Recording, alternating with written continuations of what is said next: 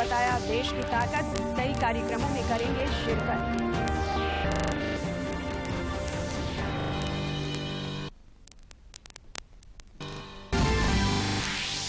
मुख्यमंत्री हेमंत सोरेन ने जयपाल से मुंडा पारदर्शी छात्रवृत्ति योजना के 6 छात्र छात्राओं को किया सम्मानित। उच्च शिक्षा को सर्वसुलभ बनाने पर दिया बल।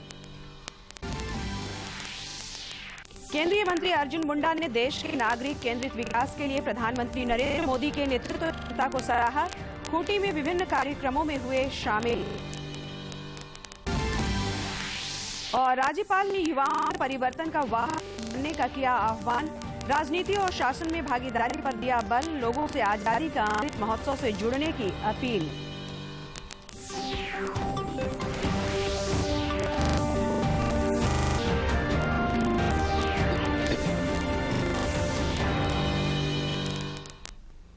नमस्कार, खबरें झारखंड में आपका स्वागत है। मैं हूं संध्या देमता और समाचारों में आगे बढ़ने से पहले ये संदेश। देश भर में 18 वर्ष से अधिक आयु के सभी लोगों के लिए सरकारी केंद्रों में निःशुल्क टीकाकरण अभियान चलाया जा रहा है। दूरदर्शन आप लोगों से अपील करता है कि कोविड रोधी टीका जरूर लगवाएं। कोरोना महामारी के प्रति कोई भी लापरवाही न बरतें। जब तक आवश्यक न हो घर से बाहर न निकलें और इन आसान उपायों का पालन करें। मास्क लगाएं, 2 गज की सुरक्षित दूरी बनाए रखें, बार बार हाथ धोएं और चेहरा साफ रखें। कोविड से संबंधित जानकारी मार्गदर्शन के लिए राष्ट्रीय हेल्पलाइन काम कर रही हैं। इनके नंबर हैं 0112397846 और 1075। इसके अलावा राज्य हेल्पलाइन नंबर 104 डायल कर समस्या का त्वरित समाधान लिया जा सकता है। और अब समाचार। प्रधानमंत्री नरेंद्र मोदी अमेरिका के 3 दिवसीय यात्रा पर हैं, जहां उनके कई कार्यक्रम प्रस्तावित हैं। इधर वॉशिंगटन पहुंचने पर भारतवंशियों ने उनका गर्मजोशी से स्वागत किया। प्रधानमंत्री ने भारतवंशियों को देश की ताकत बताया। प्रधानमंत्री नरेंद्र मोदी अमेरिका की 4 दिन की यात्रा पर आज सुबह वॉशिंगटन डीसी पहुंच गए हैं। भारी बरसात के बावजूद भारतीय समुदाय के सैकड़ों सदस्य प्रधानमंत्री की अगवानी के लिए हवाई अड्डे पर मौजूद थे। अमेरिका यात्रा के दौरान प्रधानमंत्री मोदी संयुक्त राष्ट्र महासभा को संबोधित करेंगे और प्रधानमंत्री नरेंद्र मोदी के अमेरिका पहुंचने पर वॉशिंगटन डीसी की फिजा भारत माता की जय और मोदी मोदी के नारे से गूंज उठी। भारी बारिश के बावजूद प्रधानमंत्री मोदी के स्वागत में वॉशिंगटन डीसी हवाई अड्डे के बाहर भारतीय समुदाय के लोगों का हुजूम उमड़ पड़ा। भारतीय समुदाय के लोगों ने उनका गर्मजोशी से स्वागत किया। जोरदार बारिश और तेज हवा भी उनके उत्साह और जज्बे को कम नहीं कर सकी। देश में पिछले 24 घंटे के दौरान कोविड-19 के 31,923 नए मामले सामने आए, जबकि 31,990 लोगों ने कोविड को शिकस्त दी। 923 मामले दर्ज किए गए। वहीं पिछले 24 घंटे के दौरान 31,990 लोग कोरोना से स्वस्थ हुए हैं। कोरोना से स्वस्थ होने की 97.77% हो गई है। अब देश में कोरोना के सक्रिय मामलों की संख्या 3,01,640 रह गई है, जो 187 दिनों में सबसे कम है। इधर झारखंड में भी कोरोना के दैनिक मामलों में लगातार कमी हो रही है। पिछले 24 घंटे के दौरान राज्य की 5 जिलों से 7 मरीजों की पुष्टि हुई, जबकि 9 लोगों ने कोरोना को हराकर जिंदगी की जंग जीती। राज्य में फिलहाल 63 एक्टिव केस शेष हैं, जबकि रिकवरी रेट 98.50% है। कोरोना के जोखिम को कम करने के लिए देश भर में टीका अभियान भी जोर शोर से चल रहा है। अब तक देश भर में 83,39,90,049 लोगों को वैक्सीन लगाई गई है। दी जा चुकी हैं। टीकाकरण अभियान के 250वें दिन 71,38,000 से अधिक दिए गए। इधर झारखंड में भी कोरोना के खिलाफ जारी जंग में टीकाकरण अभियान तेज गति से चल रहा है। राजधानी रांची समेत विभिन्न जिलों में निर्धारित टीका केंद्रों पर वैक्सीन लेने के लिए लोगों का तांता लगा हुआ है। वैक्सीन की लोकप्रियता को देखते हुए झारखंड को केंद्र सरकार द्वारा पर्याप्त टीके उपलब्ध कराए गए हैं। मुख्यमंत्री हेमंत सोरेन ने जयपाल सिंह मुंडा पारदेशी छात्रवृत्ति योजना के तहत चयनित अनुसूचित जनजाति के 6 छात्रों को सम्मानित किया। इन छात्रों को विदेश स्थित अग्रणी विश्वविद्यालय में उच्च स्तरीय शिक्षा प्राप्त करने के 2021 के लिए चयनित किया गया है।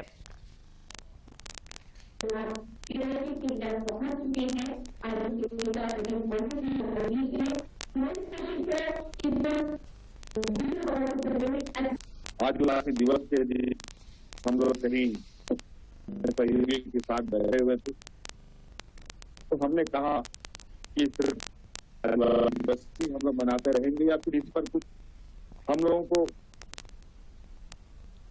एक कड़ी जोड़नी चाहिए। और उसी समय मैंने ये स्कॉलरशिप की परिकल्पना रखी। इस बीच ब्रिटिश उप उच्चायुक्त क्लो ने मारांग गोमके जयपाल सिंह पारिश छात्रवृत्ति योजना के सफल क्रियान्वयन के लिए राज्य सरकार की प्रशंसा की है। उप उच्चायुक्त ने इस योजना को हाशिए पर पड़े समुदायों की बेहतरी की दिशा में एक दूरदर्शी कदम बताया। जनजातीय मामलों के केंद्रीय मंत्री अर्जुन मुंडा ने देशवासियों से आजादी का अमृत महोत्सव का हिस्सा बनने की अपील की है। दूरदर्शन से खास बातचीत में उन्होंने कहा कि यह शुभ अवसर देश को नए मुकाम तक पहुंचाने और संकल्पों को पूरा करने का है। सर, आजादी के अमृत महोत्सव के तहत लगातार लोगों से भी संवाद किया जा रहा है और केंद्र सरकार की जो योजनाएं हैं उससे लोगों को जानकारी भी दी जा रही है। तो आप सब 3 दिन के दौरे पर फिर से झारखंड में अभी हैं, तो किस तरीके से लोगों से साथ संवाद होगा और किस तरीके से लोगों से आप संपर्क करेंगे? देखिए, यह आजादी का अमृत महोत्सव, यह हमारा सौभाग्य है कि हमारे पीढ़ी को यह मौका मिल रहा है कि 75वां वर्षगांठ हम आज़ादी का मनाएं। तो ये पूरे हिंदुस्तान के समस्त नागरिकों के लिए बड़ा शुभ अवसर है कि इसे संकल्प दिवस के रूप में मनाने का जो आह्वान किया है माननीय प्रधानमंत्री जी कि हम अपने भविष्य को कैसे बेहतर बना सकते हैं। तो इसमें सबको जुड़ना है और आनंद और खुशियों के साथ आगे बढ़ना है। ये ध्यान में रखते हुए भारत सरकार ने जहाँ विभिन्न योजनाओं के माध्यम से नीचे तक कार्यक्रमों को पहुंचाने का लक्ष्य निर्धारित किया है और वहीं हम जनता को जागरूक कर रहे हैं कि ऐसा अवसर बहुत कम मिलता है जब हम सामूहिक रूप से राष्ट्रीयता के साथ ऐसे उत्सव को हम मनाएं। लोग अपना जन्मदिन मनाते हैं, लोग अपना विवाह का दिन को मानते हैं या कोई भी पर्व त्यौहार मानते हैं, ये ठीक है, लेकिन ये एक राष्ट्रीय त्यौहार है। अभी हमारा ये पखवाड़ा चल रहा है, ये हम सबके लिए एक बहुत ही महत्वपूर्ण जिसे कहने के अवसर है कि माननीय प्रधानमंत्री जी का जन्मदिन 17 सितंबर से लेकर हम ऐसे महामानव जिन्होंने एक चिंतन दिया कि किस तरीके से भारत को नागरिक केंद्र बनाकर, नागरिकों को केंद्र में रखकर भारत को पूर्ण रूप से सुविकसित राष्ट्र बनाया जा सकता है। तो पंडित दीनदयाल उपाध्याय जी का जयंती भी है, तो ऐसे अवसर पर हम पूरा पखवाड़ा मना रहे हैं और इसमें सेवा और समर्पण के साथ देशवासी जुड़ करके कैसे आगे बढ़े, ये आह्वान करते हुए, इस संकल्प दोहराते हुए विभिन्न कार्यक्रमों में शामिल हो रहे हैं। इसी क्रम में झारखंड का 2 दिवसीय दौरा है और इसमें झारखंड के 2 दिवसीय दौरा में कई स्थानों में जाएंगे, शैक्षणिक संस्थानों में जाएंगे, कई जो कार्यक्रम हो रहे हैं वैसे स्थानों में जाएंगे, जो अच्छे कार्य कर रहे हैं उनको प्रोत्साहित करेंगे और क्या किया जा सकता है उसका सुझाव देंगे और सरकार के कार्यक्रमों को नीचे तक पहुँच। जनजातीय मामलों के केंद्रीय मंत्री अर्जुन मुंडा ने खूंटी दौरे के क्रम में अनेक कार्यक्रमों में शिरकत की। केंद्रीय मंत्री अर्जुन मुंडा और तोरपा विधायक कोचे मुंडा ने खूंटी अंतर्गत कर्रा प्रखंड के गांव में सरस्वती शिशु मंदिर परिसर में पौधरोपण किया। साथ ही विद्यालय के नवनिर्मित भवन तथा कंप्यूटर कक्ष का उद्घाटन किया।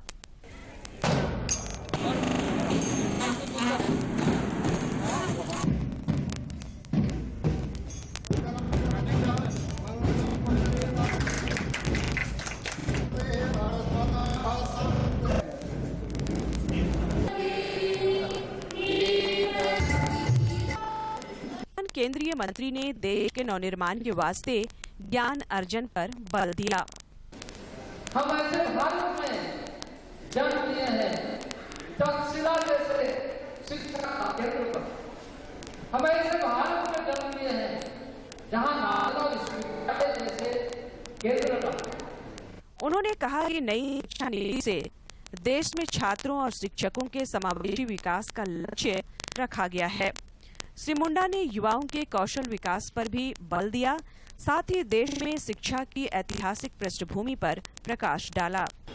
अपने क्षेत्र और अपने देश के लिए कैसे करना, और इसलिए हमें इस ज्ञान के केंद्र पूर्व के दिनों में हमारे मनीषियों ने शिक्षा के माध्यम से अपना स्थान उठाया, और इस दुनिया में शिक्षा की जब बात होती है, ज्ञान की जब बात आती है, तो भारत का एक विशेष आसान ऐतिहासिक दृष्टि है।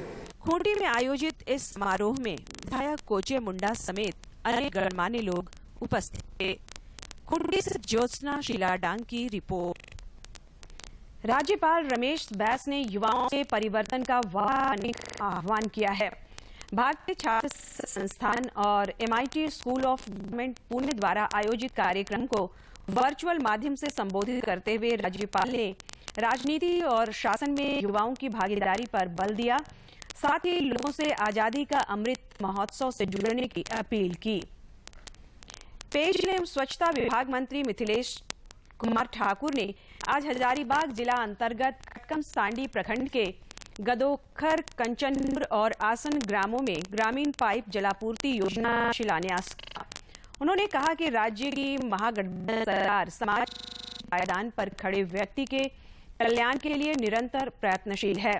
श्री ठाकुर ने कहा कि सरकार ने वर्ष 2024 तक राज्य के 59.23 लाख घरों में नल से जल पहुंचाने का लक्ष्य रखा है, जिसे हर हाल में पूरा किया जाएगा। उन्होंने बताया कि हजारीबाग जिले में 19 बड़ी योजनाओं, 112 SBS तथा 3,576 छोटी योजनाओं के माध्यम से पूरे जिले में नल से जल की व्यवस्था की जाएगी। विधानसभा की निवेदन समिति ने आज पश्चिमी सिंहभूम जिले में विभिन्न विभागों की समीक्षा की और कामकाज पर असंतोष जताया। समिति ने संबंधित अधिकारियों को समयबद्ध तरीके से कार्यों को पूरा करने का निर्देश दिया। समिति ने विधायक उमाशंकर अकेला, पूर्णिमा नीरज सिंह व मंगल कालिंदी शामिल थे। इस समीक्षात्मक बैठक में उपायुक्त, उप विकास आयुक्त और अपर उपायुक्त सहित विभागीय पदाधिकारी भी उपस्थित रहे। प्रधानमंत्री आवास योजना के फेज 1 और फेज 2 के क्रियान्वयन में रामगढ़ को पूरे राज्य में तीसरा स्थान मिला है। इस पायदान में पूर्वी सिंहभूम प्रथम तो खूंटी दूसरे स्थान पर रहा।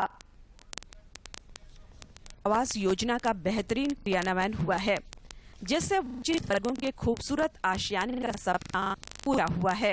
आवास मिला, मंत्री वाला, प्रधानमंत्री वाला, खपरा था, चूराहा था, ये मिला। प्रधानमंत्री आवास योजना से रामगढ़ के कई जिलों का कायाकल्प हो गया है और खपरेल मकान अब इतिहास के पन्नों में दर्ज हो चुके हैं। कॉलोनी रहते हैं, छत घर में रहते हैं, पर बहुत पानी चूता है और ऐसे नहीं रहते हैं। अब रह रहे हैं आप सुखल घर में। लाभुकों का कहना है कि प्रधानमंत्री आवास योजना ने उनकी दुश्वारियों को खत्म कर दिया है। पक्का मकान। रामगढ़ प्रधानमंत्री आवास योजना के फेज 1 और फेज 2 के बेहतर क्रियान्वयन के वास्ते पूरे राज्य में तीसरा स्थान प्राप्त हुआ है। जिले उप विकास आयुक्त नरेंद्र सिन्हा ने इसे सामूहिक प्रयास का नतीजा बताया। रामगढ़ जिला के लिए निश्चित रूप से एक गर्व की बात है कि कल जो है सो रामगढ़ जिला को प्रधानमंत्री आवास के उत्कृष्ट प्रदर्शन के लिए सम्मानित किया गया है, और इसके लिए निश्चित रूप से हमारे जिले के उपायुक्त महोदय और साथ ही साथ हमारे जो भी टीम BDO है, कोऑर्डिनेटर है, नीचे में हमारे जो पंचायत सचिव, सेवक या स्वयं सेवक, सबों का एक महत्वपूर्ण योगदान है। प्रधानमंत्री आवास योजना देश में गेम चेंजर साबित हुआ है। इस योजना से शहरों के साथ ही ग्रामीण इलाकों की तस्वीर बदलती दिख रही है, जो बदलते और संवरते भारत का जीता जागता सबूत है। रामगढ़ से कौशल किशोर तिवारी की रिपोर्ट। जामताड़ा से 8 साइबर अपराधी गिरफ्तार किए गए हैं, जिनके पास से 24 mobile, 26 SIM card, 10 ATM card सहित विभिन्न बैंकों के 11 पासबुक और बाकी बरामदगी हुई है। एसपी दीपक कुमार सिन्हा ने यह भी बताया कि हिमाचल प्रदेश पुलिस ने एक वांछित साइबर अपराधी को जामताड़ा पुलिस को सौंपा है। राज्य में हल्के से मध्यम दर्जे की बारिश का सिलसिला जारी है। राज्य के अधिकांश हिस्सों में आज लोगों को बारिश से कुछ राहत मिली, लेकिन मौसम विभाग के पूर्वानुमान के मुताबिक 2 दिनों बाद मूसलाधार बारिश का सिलसिला फिर शुरू हो सकता है, जिसका कारण बंगाल की खाड़ी में बन रहा एक और निम्न दबाव क्षेत्र है। इधर बारिश से राज्य के विभिन्न जलाशय लबालब भर चुके हैं। रांची का हटिया डैम भी ओवरफ्लो कर रहा है। राजधानी के कई निचले इलाकों में जल जमाव की स्थिति है। यहां तक कि वीआईपी रोड कहे जाने वाले हरमू रोड का नदी की हाल हो गया है, जिससे आवागमन में काफी दिक्कत हो रही है। आयुष्मान भारत योजना के आज 3 साल पूरे हो गए। इस उपलक्ष्य में कोडरमा के बिरसा सांस्कृतिक भवन में जिला स्वास्थ्य समिति के द्वारा आयुष्मान भारत पखवाड़ा का आयोजन किया गया, जिसमें अनेक गणमान्य लोग शामिल हुए। इस मौके पर अपने संबोधन में उपायुक्त आदित्य रंजन ने कहा कि आयुष्मान भारत योजना केंद्र सरकार की एक महत्वाकांक्षी योजना है, जिससे कमजोर तबकों को अनवरत फायदा मिल रहा है। Federation of Jharkhand chamber of commerce की नई टीम का चुनाव आगामी 26, 27 और 28 सितंबर को होगा। चैम्बर चुनाव पदाधिकारी ललित केडिया और सह चुनाव पदाधिकारी अंचल किंगर ने बताया कि चुनाव में कुल 3,480 वोटर जो नई टीम को चुनेंगे। नतीजे की घोषणा 28 सितंबर को ही देर शाम कर दी जाएगी। 380 है, 3,480 वो 3,480 को हम लोग 3 दिन में बांटकर और चुनाव कराएंगे। आजादी का अमृत महोत्सव के उपलक्ष्य में स्वच्छ भारत मिशन ग्रामीण फेज 2 के तहत कोडरमा के उपायुक्त आदित्य रंजन द्वारा आज जन जागरूकता रथ को हरी झंडी दिखाकर रवाना किया गया है। यह जागरूकता रथ 6 दिनों तक विभिन्न प्रखंडों का भ्रमण कर लोगों को SBMG फेज 2 के तहत किए जा रहे कार्यों की जानकारी देगी। प्रधानमंत्री नरेंद्र मोदी आगामी 26 सितंबर को आकाशवाणी से मन की बात कार्यक्रम में देश विदेश के लोगों से विचार साझा करेंगे। प्रधानमंत्री इस कार्यक्रम के लिए उन विषयों पर लोगों के विचार आमंत्रित किए हैं जिन की जानी चाहिए।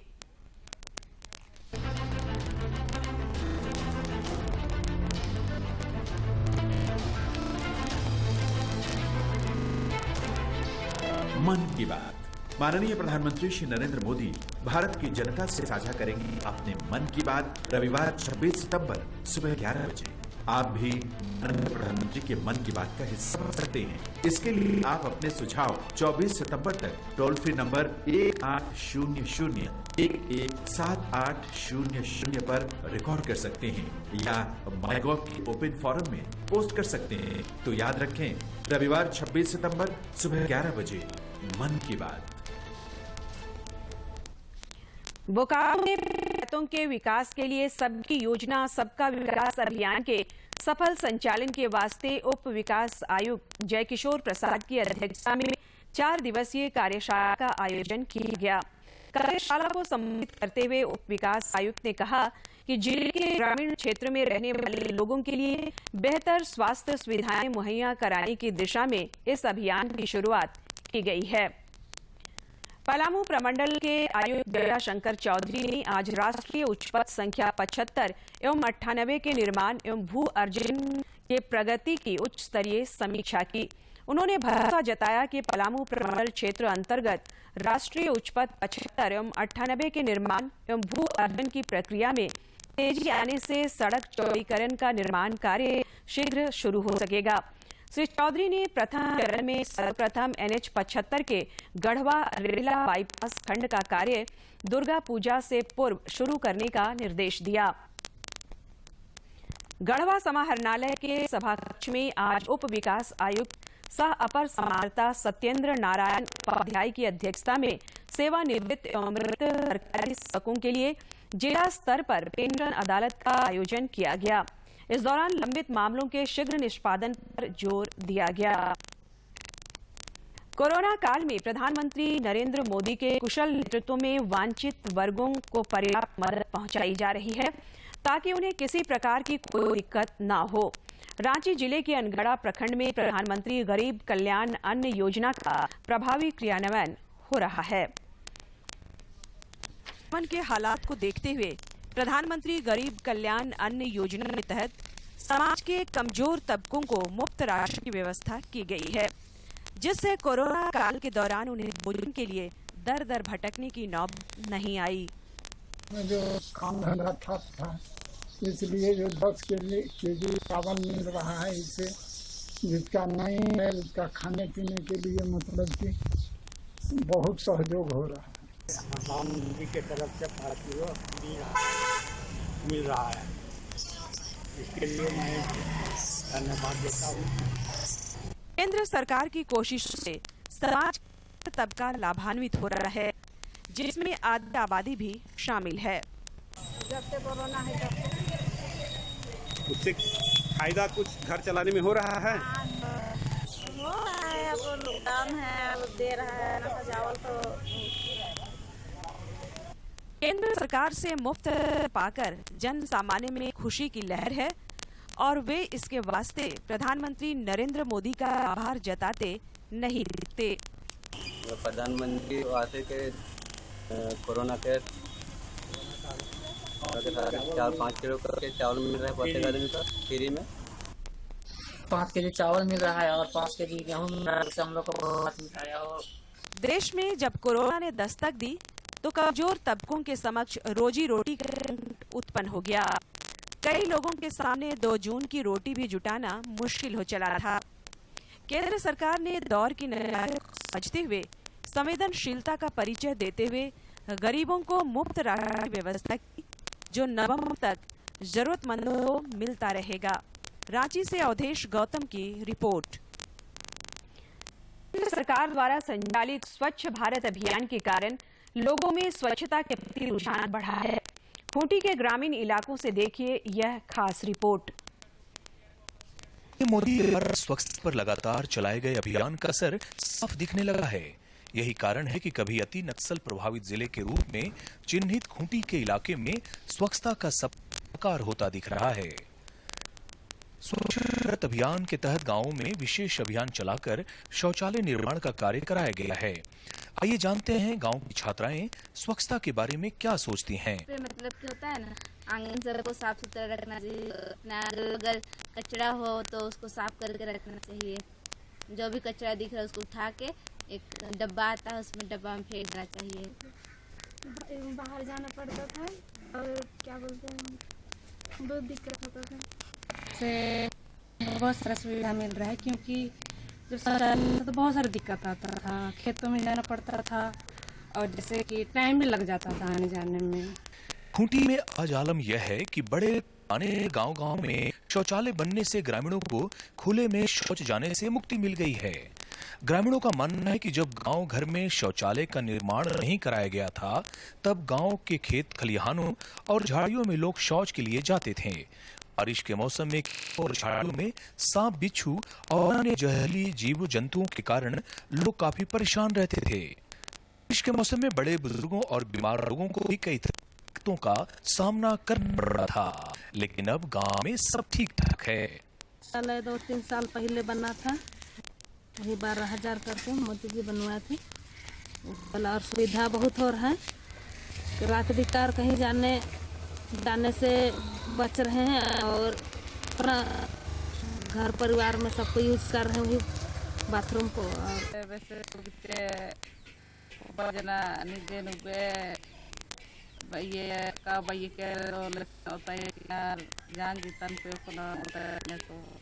केंद्र सरकार के द्वारा संचालित स्वच्छ भारत अभियान ने छात्र छात्राओं को आज आगे बढ़ने का भी अवसर दिया है।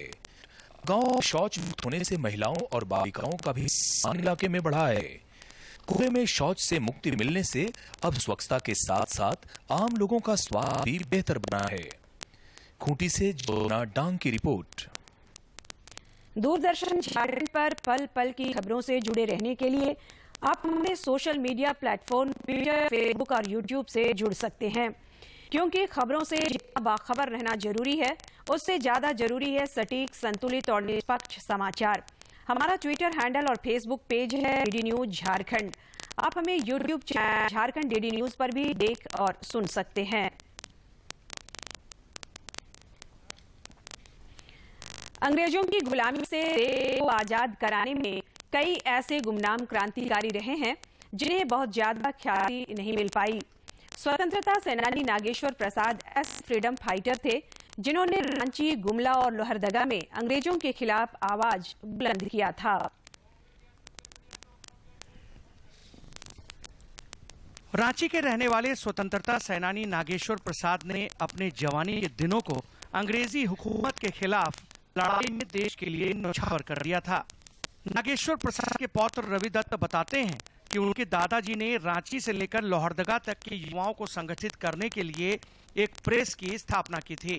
प्रेस के माध्यम से वे युवाओं में क्रांतिकारी भाव जगाने का काम करते थे।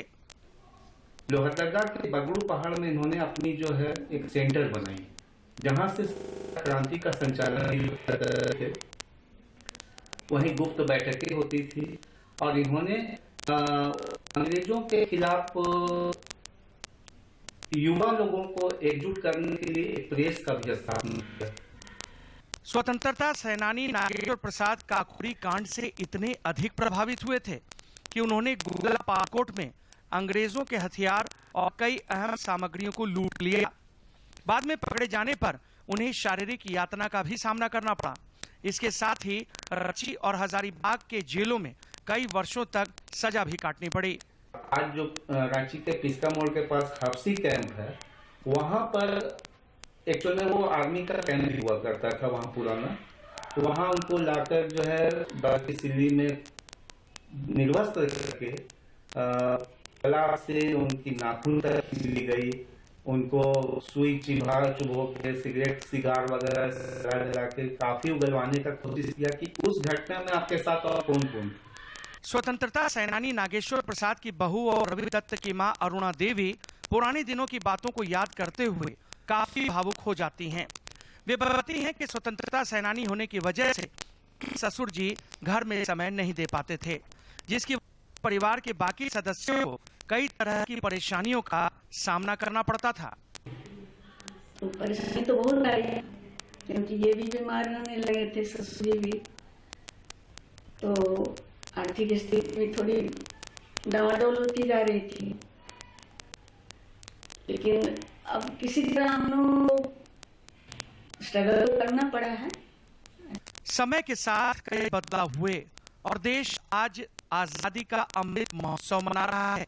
खुशी की बात की है कि नागेश्वर प्रसाद जैसे स्वतंत्रता सेनानियों के परिजनों को आज केंद्र सरकार की ओर से उचित सम्मान देने का प्रयास किया जा रहा है।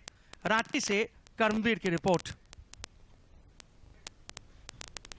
और आखिर में इस बुलेटिन के मुख्य समाचार एक बार फिर। अमेरिका दौरे पर पहुंचे प्रधानमंत्री नरेंद्र मोदी ने भारतवंशियों को बताया देश की ताकत, कई कार्यक्रमों में करेंगे शिरकत।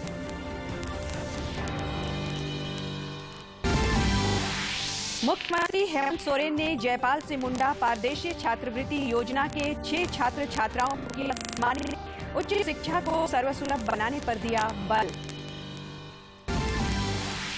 केंद्रीय मंत्री अर्जुन मुंडा ने देश के नागरिक केंद्रित विकास के लिए प्रधानमंत्री नरेंद्र मोदी के नेतृत्व क्षमता को सराहा। खूंटी में विभिन्न कार्यक्रमों में हुए शामिल। और राज्यपाल ने युवाओं से परिवर्तन का वाहक बनने का किया आह्वान। राजनीति और शासन में भागीदारी पर दिया बल। लोगों से आजादी का अमृत महोत्सव से जुड़ने